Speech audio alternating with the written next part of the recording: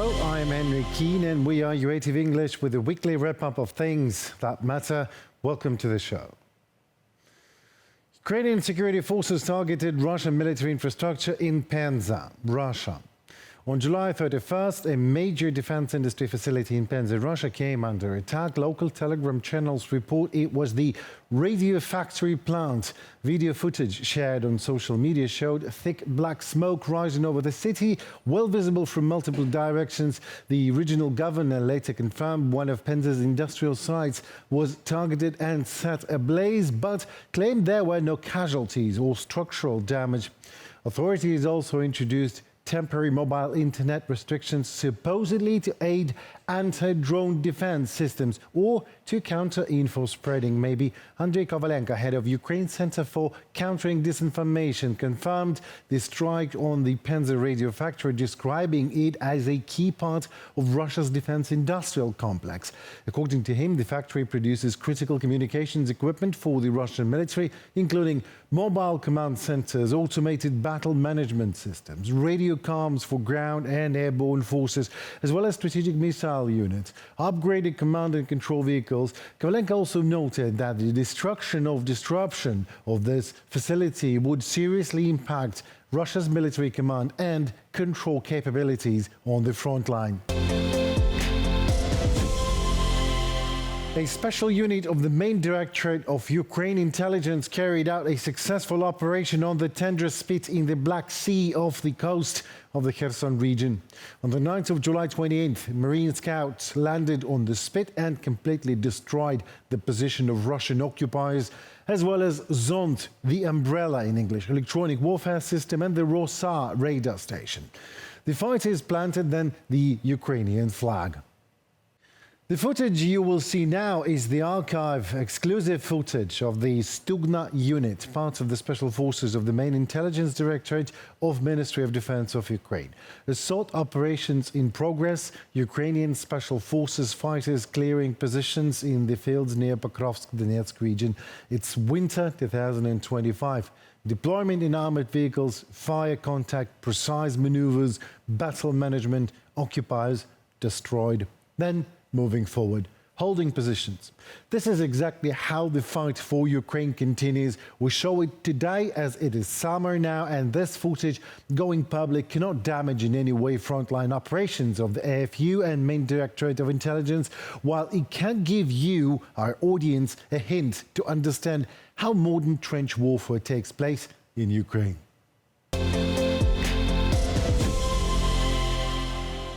The military portal Task and Purpose published an excerpt of a new 170-page long US Army report that analyzes in detail how Russian troops are conducting combat operations in Ukraine.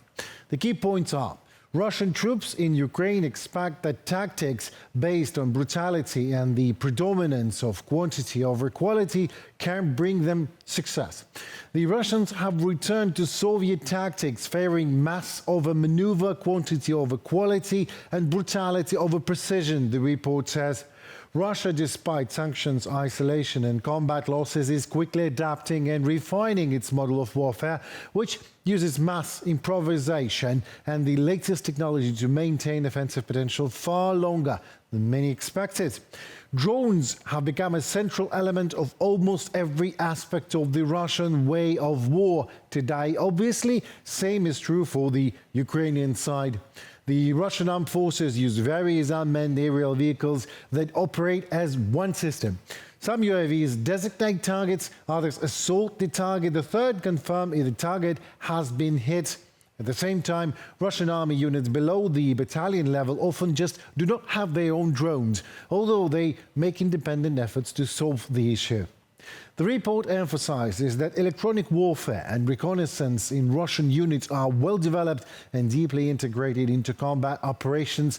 Electronic countermeasure systems suppress enemy communications and even satellite navigation, reducing the effectiveness of the guided weapons like HIMARS, guided missiles, or Excalibur, guided artillery.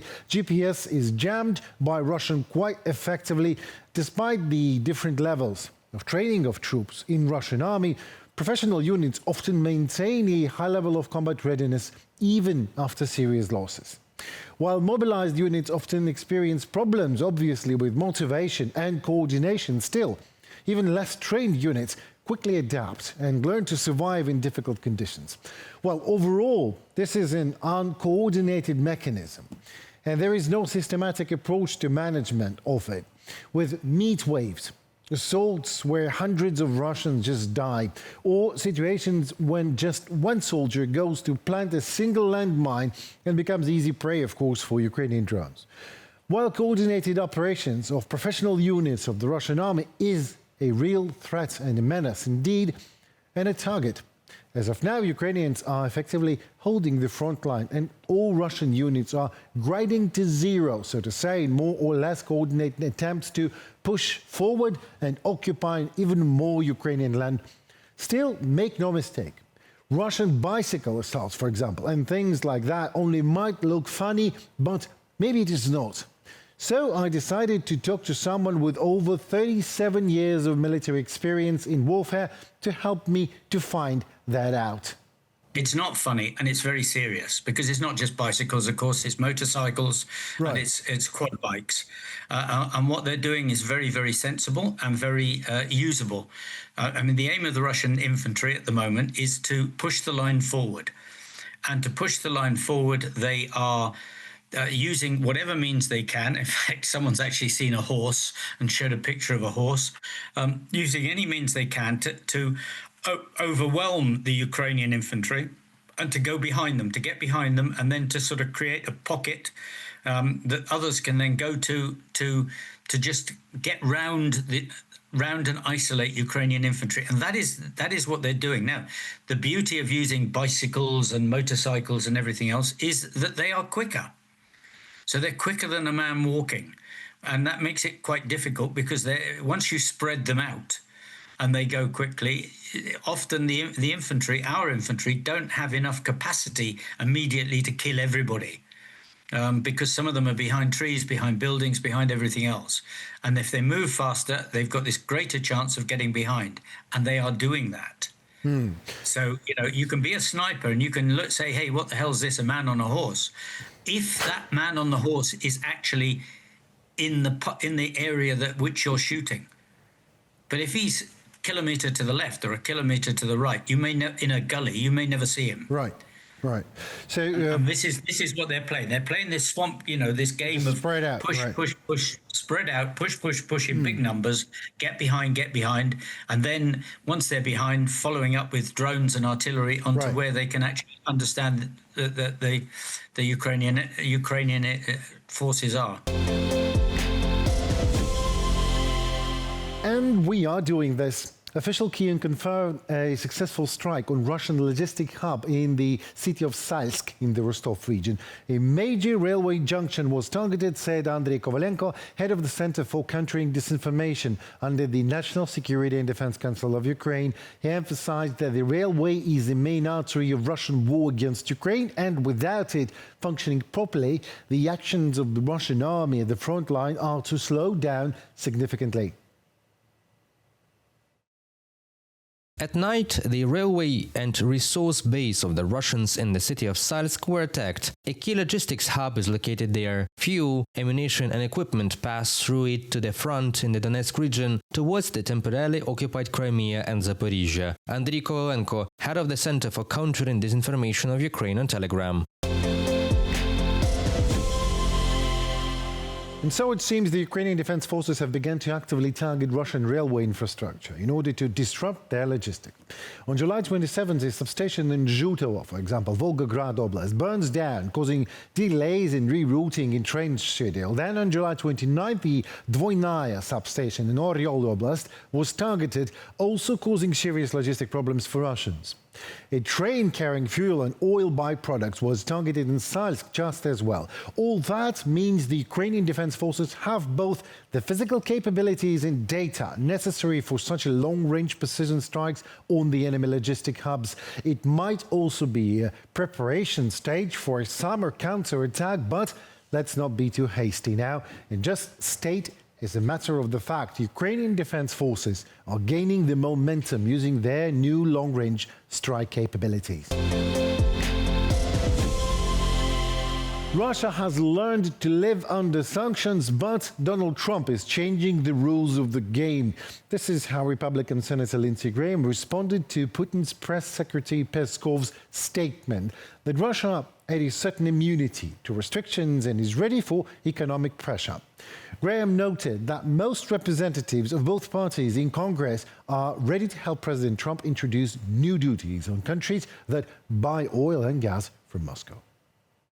Russia, you are right about sanctions. You have avoided them and learned to live with them. What you obviously don't realize is that President Trump is changing the rules of the game and is going to impose tariffs on the countries that buy your oil and gas to support your war machine. Perhaps you should contact those countries soon to see if they are as casual about this as you are. Lindsey Graham, Republican Senator, on social media X. Every voice matters. Join our community, support independent journalism and help us bring you the truth from Ukraine. Become a member of Ukraine today. Join us now. Just after the new ultimatum deadline by Donald Trump, the Russians reacted. A massive missile attack on Ukraine capital, Kyiv, leaving hundreds wounded. At least 31 people were murdered by Russia, just died under the rubble. Donald Trump simply could not ignore the fact of the terror. Yeah, we have about 8 guys. Yeah, we're going to put sanctions. I don't know that sanctions bother him. You know, they know about sanctions. I know better than anybody about sanctions and tariffs and everything else. I don't know if that has any effect, but we're going to do it. Europe is extremely upset, but this is a war that should have never happened. Then Medvedev, the former president of Russia, publicly threatened Lindsey Graham on X social network and promised to unleash war on the United States, no less.